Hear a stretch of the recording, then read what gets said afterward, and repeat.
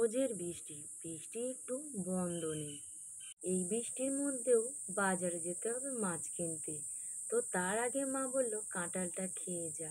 আর আমি কাঁঠাল খেতে খুব ভালোবাসি। তার জন্য ওই বাড়ি থেকে সব সময় আমাকে বড় বড় আস্ত আস্ত কাঁঠাল কিনে পাঠিয়ে দেয়, যাতে করে ফ্রিজে রেখে 3-4 দিন পর খেতে পারি। তো তার জন্য মানির বাবা এই কাঁঠালটা বাড়ি আসার সময় সাথে করে নিয়ে এসছে। প্রচণ্ড বৃষ্টি হচ্ছে, মা বলল একটু বৃষ্টি থামুক তারপরে যাবি, তার আগে কাঁঠালটা ভেঙে নি, তুই এখানে বসে খেয়ে যা। বাড়ির সবাই কাঁঠাল খেতে খুব একটা পছন্দ না করলেও আমার কাঁঠাল খেতে খুব ভালো লাগে। আরও তো যে কোনো জিনিস ফ্রিজে রেখে, কাঁঠাল বলো, আম বলো, অন্য কোনো ফল বা মিষ্টি আমার ফ্রিজে রেখে খেতে খুব ভালো লাগে। আর ওগুলোই আমি সব সময় ফ্রিজে রেখে দিই, যখন মন হয় তখন বার করে খাই। আমি ভাত রাত খেয়ে 5 মিনিট না গেলে যেন মনে হয় একটু আপেল খাই বা একটু আম খাই। তার জন্য আমি এনে এনে রেখে দিই। খেয়ে দিয়ে নিয়ে বেরিয়ে পড়েছি বাজারে রেডি হয়ে, কারণ এরা আবার মাছ ছাড়া ভাত খাবে না। যতই বৃষ্টি হোক আর যতই আকাশ ডাকুক, আর ভিজে যাও, ভিজতে ভিজতে বাজারে যেতে হবে তোমাকে, কারণ মাছ না হলে কেউ ভাত খাবে না। কি করব, তার জন্য ভিজতে ভিজতে বাজারে যাচ্ছি। মেয়েকে আর সাথে করে নিয়ে আসিনি, কারণ আমরা তো নিজেরা ভিজতে ভিজতে যাব, বাট ও সাথে আসলে আবার ও ভিজে যাবে, তার জন্য আর নিয়ে আসিনি। বায়না করছিল বাজারে আসার জন্য। আর বাজারে এসে কি করবে, যদি বৃষ্টি না হতো তাহলে হয়তো ওকে নিয়ে আসতাম।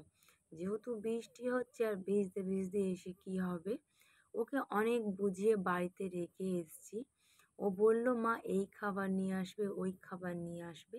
আমি বললাম হ্যাঁ ঠিক আছে, বাড়িতে থাক, ঘর থেকে বেরোস না। এখান থেকে একটু কাঁকড়া আর মাছ নিয়ে বেরিয়ে এসেছি, কারণ মেয়ে বলেছিল যে ডালের বড়া খাবে।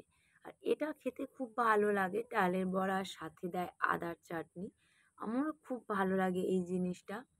এই জিনিসটা খেতে মেয়েও খুব ভালোবাসে। তাই যখনই বাজারে আসি তখনই বলে মা আমার জন্য ডালের বড়া নিয়ে আসবে। তো তার জন্য নিয়ে নিচ্ছিলাম ডালের বড়া। আর বাজার থেকে এসে দেখো আমি কোনো কাজ করিনি, কারণ মানির বাবা থাকলে আমায় কিছু করতে হয় না, ওই সব করে দেয়। ও বাড়িতে গেলেও ননদ রয়েছে, বর রয়েছে, শাশুড়ি রয়েছে, সবাই মিলে করে দেয়। আর বাপের বাড়িতেও মা করে, আমিও করি, সবাই মিলেই করি। আর মায়ের যেই থেকে হাত ভেঙে গিয়েছিল সেই থেকে আমার করতে হয়েছিল, বাট এখন মায়ের হাত ভালো হয়ে গেছে অনেকটা, অতটা আমাকে আর করতে হয় না। এরাই সবাই করে, আমি একটু হাতে হাতে জোগাড় করে দিই, তারপরে আমার কাজ ছুটি, আর কোনো কাজ নেই। এবার শুধু বসে বসে খাওয়া, আর না হলে হয়তো সবাইকে ভাত বেড়ে দেওয়া, এটাই আমার কাজ।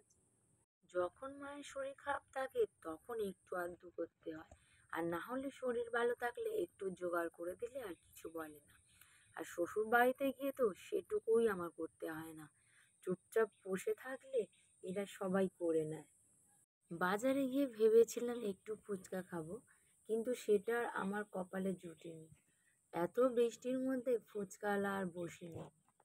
খিদেও পেয়ে গেছে, কখন যে রান্না হবে তারপরে ভাত খাবো। আর এ তো কখন থেকে রান্না করেই যাচ্ছে, এখনো পর্যন্ত হয় না। কি যে করছে ঘন্টার পর ঘন্টা রান্নাঘরে, বুঝেই পাই না। এতটা খিদে লেগেছে, একটু তাড়াতাড়ি কখন থেকে বলছি তাড়াতাড়ি করো, মোটে তাড়াতাড়ি করে না, বলছে হয়ে গেছে আর 2 মিনিট।